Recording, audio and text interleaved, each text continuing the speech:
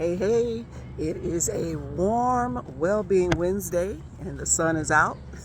So you know what that means. If you have not gotten your steps in, you are late. You know, everybody seems to think that hormones are all about sex drive and reproduction. Well, that might be true in part, but it's not the full story. You know, hormones are pretty much like the messengers of our body. They help to regulate almost every function that our body has. They influence our strength, our muscle strength, our energy, weight management, metabolism, our mood, our emotional well-being, our body temperature, the quality of sleep that we're able to get, memory, and sometimes you might notice brain fog. Hormones also have a bearing on your energy levels. They affect your blood pressure and your heart health. And hormones also affect your appetite and blood sugar regulation. So hormones are really, really important. They're not just about our sexual functions. They are produced by a very sophisticated network of organs that comprise the endocrine system. And the endocrine system is made up of certain structures in the brain, the thyroid gland, the adrenal glands, the pancreas, and in women, of course, the ovaries, and then in men, the testes. So when these varied organs function and communicate well with one another, your body is able to function efficiently, put it that way. But when they're off, you start to notice little things that you might say, well, what is going on? What's happening? Why am I fatigued or tired? Why can't I seem to get rid of this midsection? What's happening with my weight? Why is it that all of a sudden I have to use my hands to get up from a chair or out of the bed? I'm moaning and groaning to get up. I feel a little weak, can't seem to get up with as much vim and vigor as I used to. Mood swings, suddenly I just feel edgy or agitated. I can't sleep as well as at night.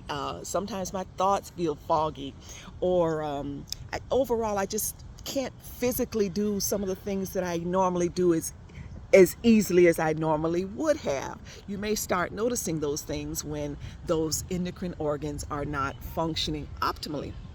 So where solutions are concerned, before you start spending a whole lot of money on synthetic products or expensive supplements and such, you think about the approaches that are foundational.